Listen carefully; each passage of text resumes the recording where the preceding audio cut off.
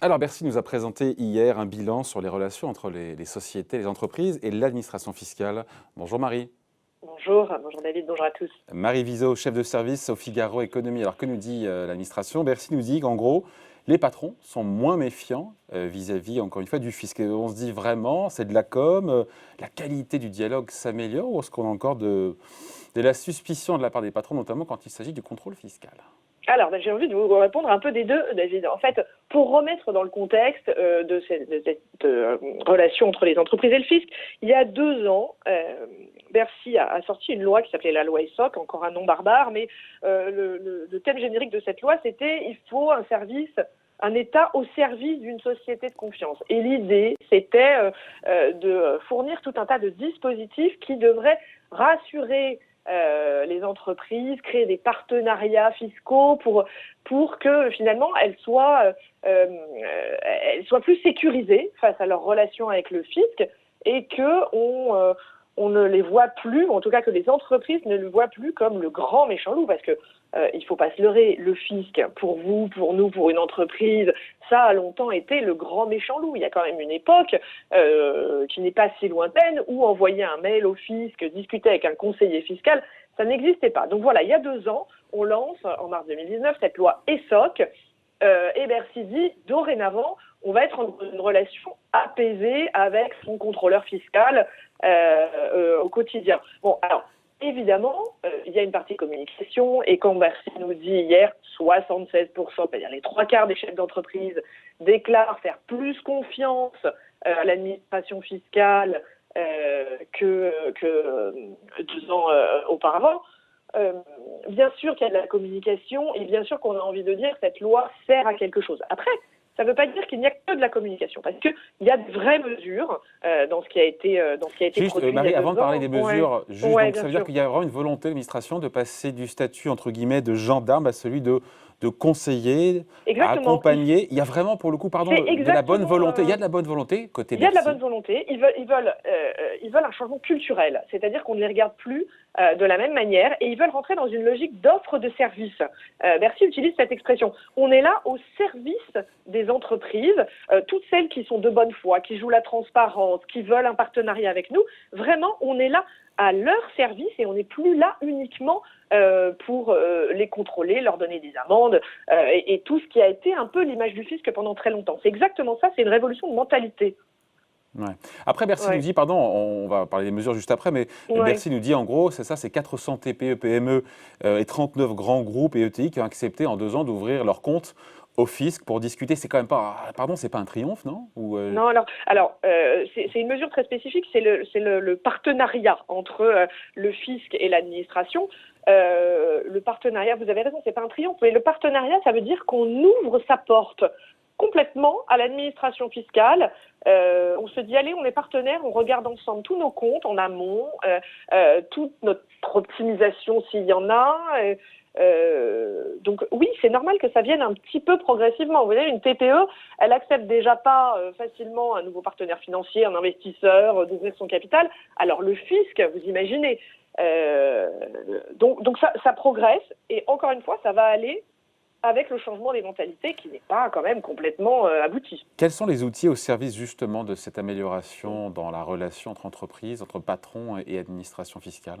Alors, il y a quelques dispositifs, effectivement, vous avez raison. Il y en a un que les entreprises aiment bien, c'est le rescrit fiscal. Alors, il faut expliquer le rescrit. Le rescrit, c'est quand on écrit à l'administration et on leur demande est-ce que vous êtes d'accord sur le fait que cette question technique peut se traduire par ça fiscalement? Alors, je vous schématise un peu. Un patron n'est pas sûr de ce qu'il doit faire fiscalement. Il envoie un mail à l'administration qui lui donne une réponse, qui l'appelle, qui lui répond par mail. Ça le conforte dans son analyse fiscale, et il pourra l'opposer à un contrôleur fiscal le cas échéant.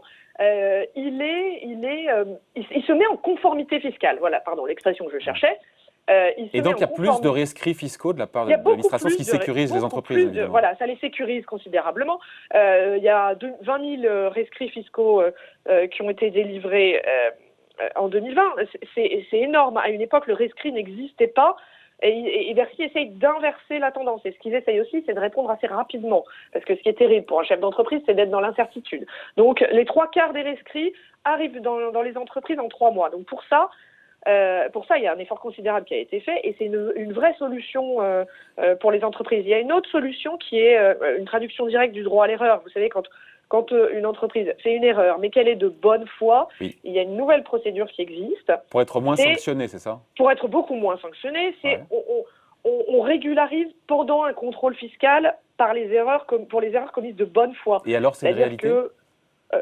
C'est une réalité, tout à fait, ça c'est une réalité, parce que les entreprises bénéficient d'une réduction de 30% des intérêts de retard quand l'administration s'en rend compte. Il y avait 3800 recours en moyenne avant la loi ESSOC, il y en a 67 000 aujourd'hui. Donc vous voyez là dans les proportions, les entreprises qui ne se sont pas fait sanctionner parce qu'on considérait au préalable qu'elles étaient de mauvaise foi, a considérablement augmenté. Voilà, ça c'est une forme de partenariat qui fonctionne. On se rend compte ensemble qu'une erreur a été commise de bonne foi, on réduit la pénalité, les intérêts de retard et du coup la peine infligée à l'entreprise. On peut dire ou pas, il faudrait pour le coup peut-être interroger le patronat, que les chefs d'entreprise sont on va dire, moins mal à l'aise, je ne dis pas plus à l'aise, mais moins mal à l'aise avec encore une fois l'administration dans sa relation au quotidien avec le fisc. Est-ce que parce que je pense aussi aux traumatiques contrôles fiscaux, est-ce qu'ils sont moins musclés aussi? Alors, ils disent qu'ils se sentent plus à l'aise. Alors, il y avait une table ronde hier soir qui était organisée du coup sur ce sujet à Bercy où le MEDEF était représenté et qui disait on a des retours qui sont plutôt bons de la part de nos entreprises. Bon, alors après, on dit ça devant le ministre et on n'a pas non plus envie d'aller critiquer un système qui va dans le bon sens. De fait, le contrôle fiscal ou la relation avec le fisc dans son ensemble reste quand même un moment compliqué pour une PME, une TPE, ce que je vous disais tout à l'heure.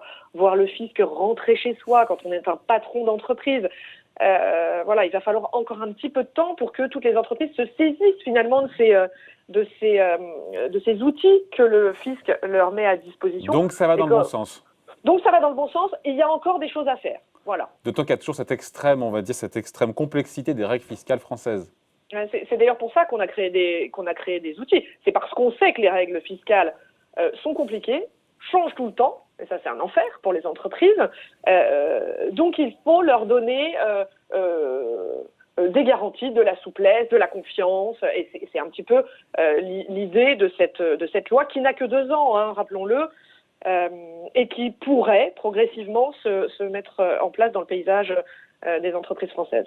Allez, merci beaucoup. Explication finie. Marie Viseau, chef de service au Figaro Économie. Merci Marie, Avec bonne journée. plaisir. Au revoir.